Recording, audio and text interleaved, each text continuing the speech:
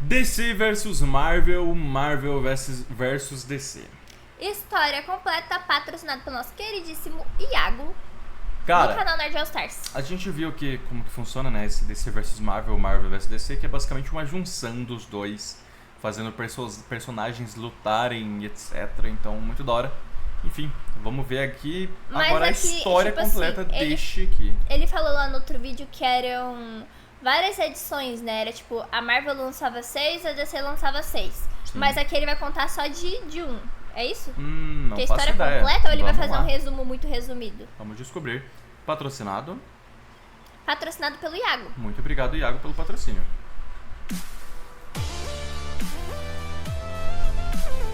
Como assim, Pedro? 8 segundos. Fala galera, É marca? hoje é dia de o conflito do século. É uma história da Marvel e da DC, escrita por Ron Marz e Peter David e desenhada por Dan Jurgens e Claudio Castellini no ano de 1996. No nosso mundo real, Marvel e DC são criações magníficas que contêm tanta coisa, tantos planetas, raças, universos imaginários, cada um tem o seu multiverso, Não, Pedro, suas acho que não tem histórias desse aqui. e tudo mais. É como se tudo que existe e que foi criado na Marvel fosse basicamente um universo inteiro dentro do nosso, certo? E tudo que existe e que foi criado na DC é basicamente um outro universo inteiro também, certo? Imagina se essas duas criações, esses dois todos, entram em combate. Isso seria o Da hora. conflito do século. Mas antes de continuar, se você ainda não é inscrito, se inscreve no canal, já deixa seu like para não esquecer depois, me segue nas redes sociais e dá uma passada na loja panodevela.com.br para ver os meus quadros e itens Muito barata a exclusivos caneca, aqui do canal. 28, parece. E aproveita para usar o cupom Eu paguei NerdAllStars 4 anos atrás, para amor. Eu paguei 5% de 50 desconto. conto numa caneca. Então agora sim, vamos pra história. Senta aí. Tenta que lá vem a história.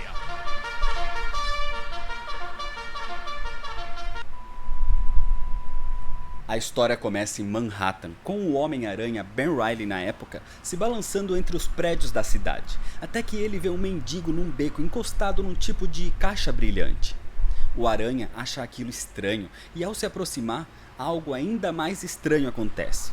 Aquela luz o atinge e ele Eita. simplesmente desaparece, surgindo num outro lugar em frente ao Caralho, que Coringa. foda.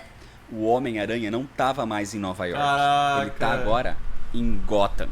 Na mansão Xavier, em Westchester, os X-Men estão lutando contra o Fanático, quando de repente uma luz o atinge também, e ele desaparece no meio de um golpe, e quando ressurge, termina dando o soco num prédio, mais precisamente no planeta diário em Nossa. Metrópolis, o que faz com que o Superman apareça na sua frente para confrontá-lo. Isso começa a acontecer em várias partes pelo mundo. Capitão América some no meio de um combate Pô, contra a mas Hydra. Homem-Aranha Mulher e Maravilha Coringa, eu acho que desaparece o no meio Coringa de um bateria no salvamento. Homem-Aranha. Hulk, Superboy, Não Aquaman, sei. Flash, Thor, alguns lá. X-Men, entre vários outros heróis e até mesmo alguns vilões passam pelo mesmo. O Batman, por exemplo, se vê enfrentando um mercenário Homem-Aranha dentro da é um Batcaverna, menino onde o vilão inocente, surgiu o Coringa é totalmente do nada. psicopata. Enquanto o Robin, Tim É. Drake, desaparece e surge no quarto da Jubileu. Da Jubileu. Essas anomalias começam a acontecer em todo lugar, tanto no universo Marvel quanto no universo Não DC. lutar, porra. E pra Sei tentar lá o que ele faz, investigar mas melhor, ele bate de frente Peter com o Parker, Batman. que na realidade era Ben Reilly, se torna fotógrafo do Planeta Diário ao lado do repórter Clark Kent. Alguns heróis acabam se conhecendo e juntando forças contra os vilões, onde até mesmo eles acabam se conhecendo, como é o caso de Thanos e Darkseid. Enquanto a Jubileu se torna amiga do Robin e começa até Porra, a Jubileu é um desenvolver nome alguns muito sentimentos sacana. por ele. Eita. Enquanto tudo isso acontecia, naquele beco, a caixa brilhante do mendigo brilhava cada vez mais, enquanto um jovem chamado Axel Asher, que passava por ali, se aproxima.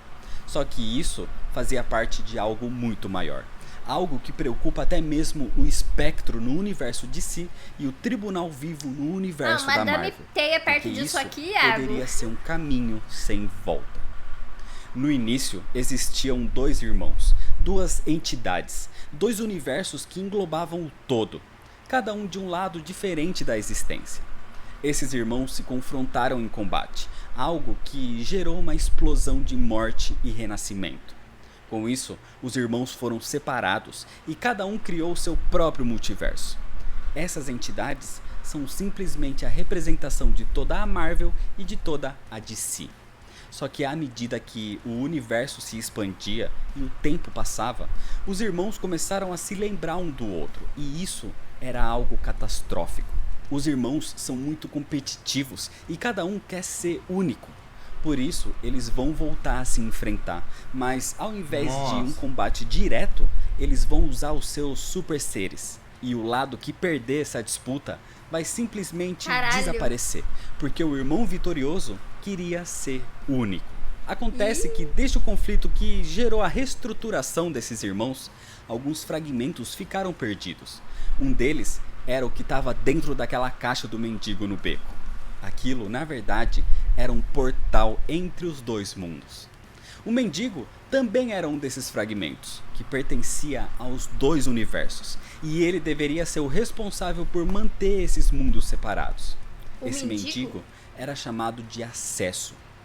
O encontro das duas entidades irmãs fez com que esse portal... Acesso é o personagem que foi criado pela Marvel e pela DC, que ele falou no último vídeo. Ah, tá. Que até nunca mais ele foi usado porque ele é 50% de cada um, ninguém quis usar daí.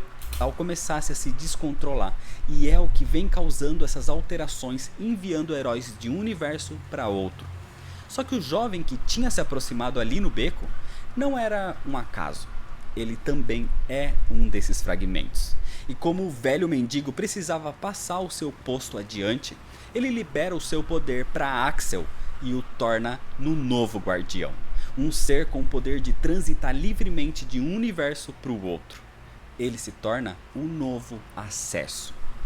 Só que enquanto isso acontecia, os irmãos começaram a lutar entre si para decidir quem deve sobreviver e quem deve ser destruído.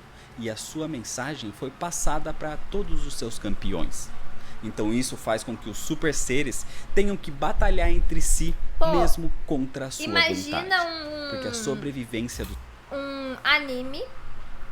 Vou brisar agora. Imagina um anime estilo Shumatsu no Valkyrie, mas ao invés de ser deuses contra humanos, fossem, tipo, super-heróis da DC e da Marvel. Ia ser foda. Só isso mesmo. Sim, real. Do seu mundo dependia disso.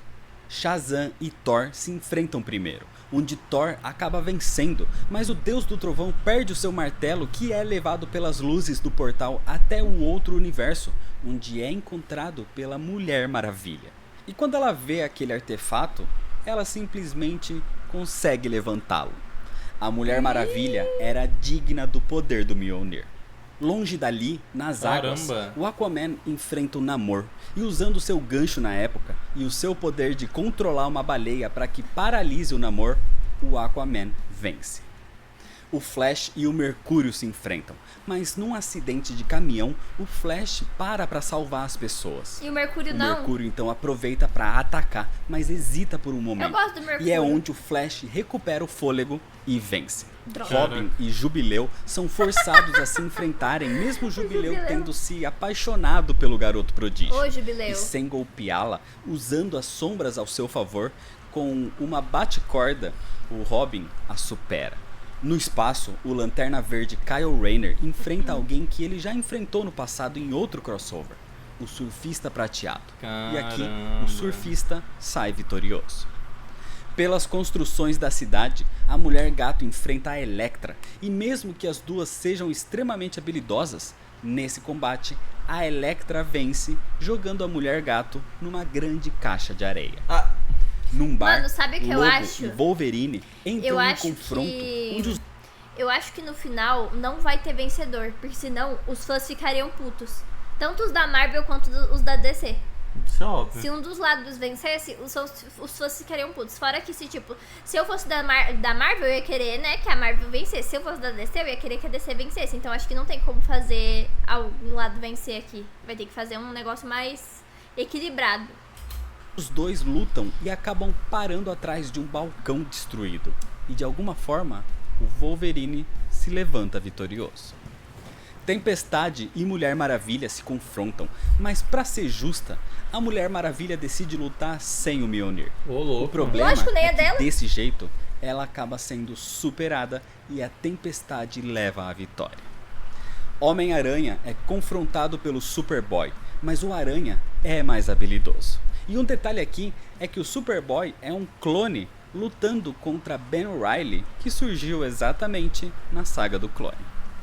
Superman e Hulk lutam num combate de Então, força acho que física se mesmo. eles Um fossem fazer um combate filme, de trocação de soco, onde o Superman se mostra superior. eles teriam E que por fazer fim, algo... Batman e Capitão América testam as suas habilidades marciais. O Tipo, combate se passa Ah. no esgoto e usando o terreno se eles fossem fazer um filme, acho que eles teriam que fazer algo tipo assim...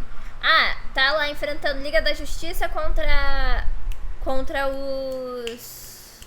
Como é que é o nome deles?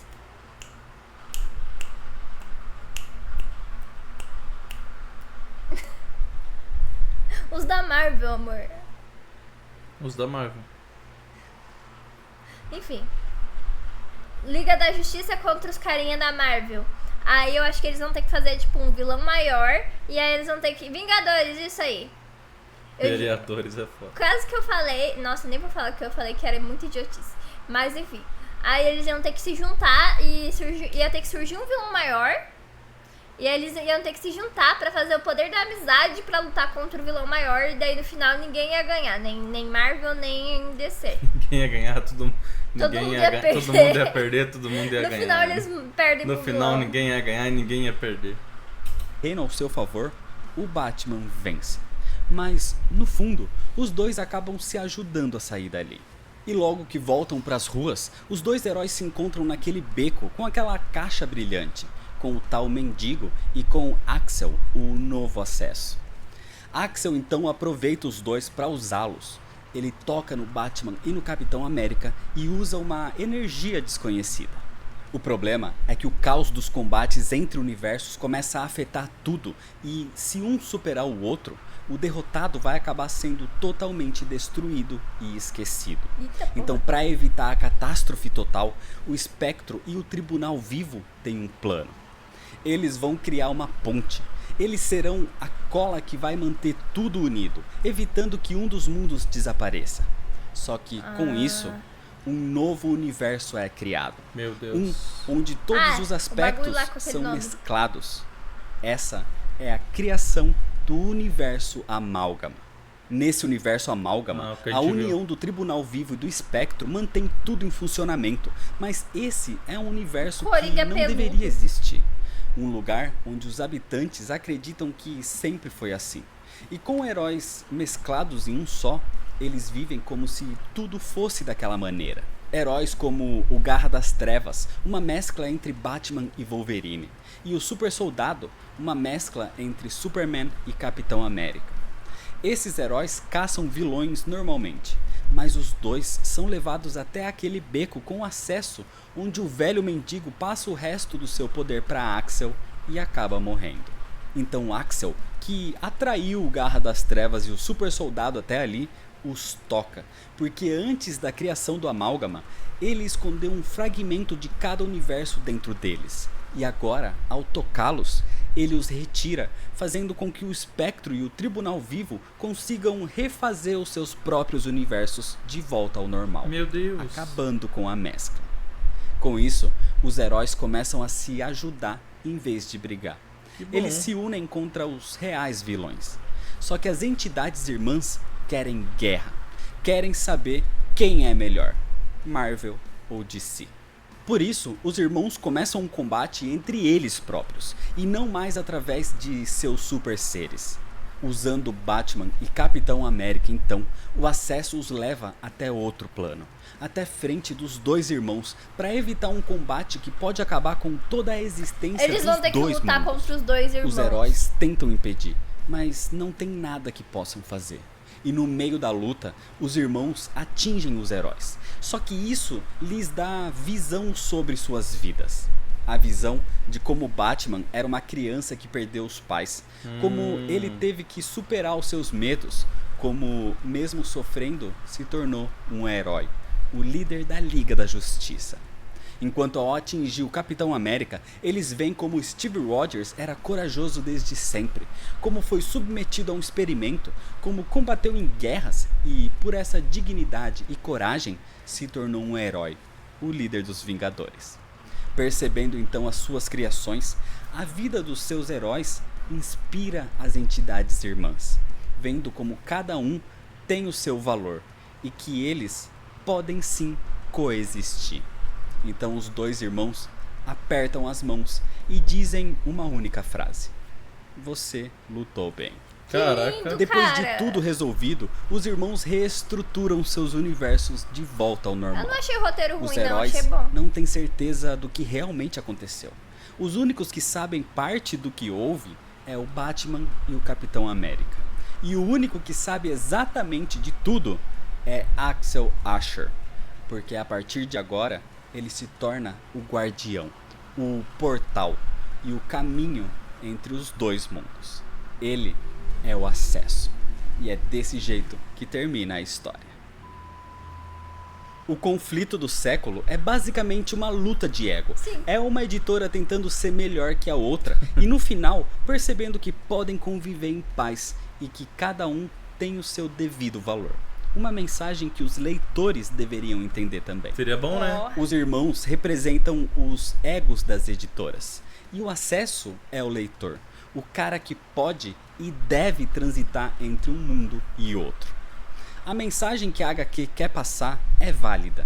O problema é a qualidade em que essa mensagem foi passada. Já haviam outros crossovers entre personagens das editoras no passado, mas nada tão grandioso como praticamente toda uma editora contra a outra. A expectativa para essa série era enorme. A campanha de marketing era gigantesca e tudo levava a parecer que era Estranho, um eu não vi grande nada épico. sobre isso, né? Em questão de roteiro, Você tava a vivo? motivação do conflito até Gente, que é o Júlio interessante. tá O explanando grande que ele tem problema é o 85 anos. desenvolvimento dessas batalhas. Realmente existem combates resolvidos em uma página, lutas que terminam sem sentido nenhum, heróis se golpeiam, uma explosão acontece e vemos quem ficou de pé, ou quem aguenta mais soco. Então as Quem aguenta soluções mais das lutas soco? eram mal explicadas, sem desenvolvimento real ou sem um embate de verdade. E para piorar, das 11 lutas principais, 5 delas foram feitas por votação dos leitores. Nossa. Os norte-americanos ligavam num número para escolher quem venceria. E isso gerou vai mais te polêmica ferrar. ainda, porque era óbvio que na década de 90, quando os quadrinhos e o desenho dos X-Men eram um imenso sucesso, independente de quem fosse o oponente, os mutantes venceriam. É por isso que a Tempestade venceu a Mulher Maravilha. E é por isso que o Wolverine venceu o Lobo. Algo tão difícil de explicar que a solução do combate nem foi mostrada. Caramba. Simplesmente os dois desaparecem atrás de uma bancada e o Wolverine levanta como vencedor. A narrativa da série é boa e a arte também é bem feita, mesmo sendo feita a 4 mãos. Porque a HQ era produzida por 2 roteiristas, um da Marvel e um da DC. Enquanto os desenhos também, algumas partes feitas por um desenhista da Marvel e outra por um da DC. O conflito do século é uma história feita nos anos 90, para leitores dos anos 90. É algo para desligar a mente e ver porrada. É um fruto da É sua pra época. nós, com certeza. Assim como as A consequências gente aqui. pensa igual o povo Como dos anos o universo 90. Amálgama, que recebeu publicações únicas e com uma sequência um ano depois, voltando às interações e conflitos entre os personagens das duas editoras. Mas tanto a explicação do que foi o Amálgama e a continuação do crossover são histórias para Pra um outros outro vídeos. dia. Então é isso, se você ainda não é inscrito, se inscreve no canal, deixa seu like se você gostou, me segue lá nas redes Nossa, sociais queria pra uma ficar por... animaçãozinha disso, tá? Eu também. Eu veria de boa. Eu Só que veria em teria- off, porque a sei gente lá. tomaria ban aqui, mas... veria. Tomaria? Ah, não sei. Normalmente as animações da DC a gente tomaria ban. Que é da Warner, né? Não sei. Enfim, Enfim. muito da bom. hora.